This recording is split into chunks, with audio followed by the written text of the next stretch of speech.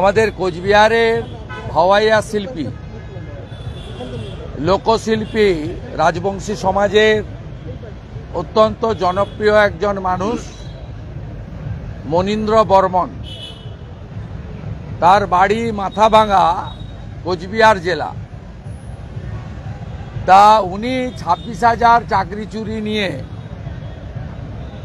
উনি এটি ভাওয়াইয়া গীত গিয়েছিলেন, যে যার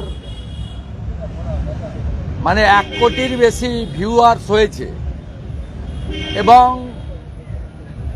নেট দুনিয়া বা সোশ্যাল মিডিয়াতে খুব পপুলার হয়েছেন।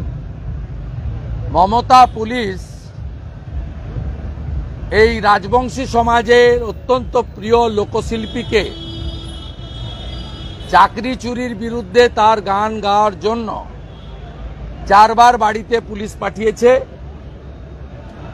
গ্রেপ্তার করতে চায়। উনাকে টেলিফোনে মাথাভাঙা পুলিশ বলেছে ডিলিট করতে হবে, মোবাইল ফোন জমা দিতে হবে। উনি আমার সঙ্গে টেলিফোনে গত 6-7 দিন ধরেই টাচে ছিলেন। আমি কোচবিহারের এসপিকে চ্যালেঞ্জ করছি, বিরোধী দলনেতা শুভেন্দু অধিকারীর কাছে মনীন্দ্র বর্মন আছেন, থাকবেন। আপনার ক্ষমতা থাকে উনার কেশাগ্র স্পর্শ করে দেখুন। এইসব পিঁয়াজি অনেক করেছেন। মাথাভাঙার আইসি কোচবিহারের এসপির বেতনটা কোনো পিসি ভাইপো দেয় না, ট্যাক্সের টাকায় পান। এবং আমরা লয়ারের পক্ষ থেকে যেহেতু উনাকে লিখিত নোটিশ দেয়নি, এফআইআর করেছে কিনা আমরা জানতে পারিনি আজ পর্যন্ত,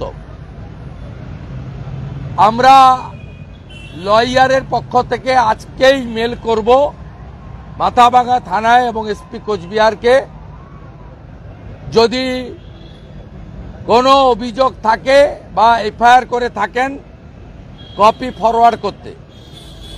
তারপরে আমরা জলপাইগুড়ি সার্কিট বেঞ্চে পুলিশের বিরুদ্ধে আনএথিক্যাল, ইল্লিগাল, পলিটিক্যালি মোটিভেটেড অ্যাকশনের এগেনস্টে আমরা মনীন্দ্র বর্মনকে লিগ্যাল সাপোর্ট দিয়ে পাঠাবো। তাই আমি এই পয়েন্টটা আপনাদের মাধ্যমে গোটা রাজ্যে মনীন্দ্র বর্মনকে নিয়ে আমি নিজেই শতাধিক ফোন এবং হোয়াটসঅ্যাপ মেসেজ পেয়েছি, অন্যরাও পেয়ে থাকতে পারেন।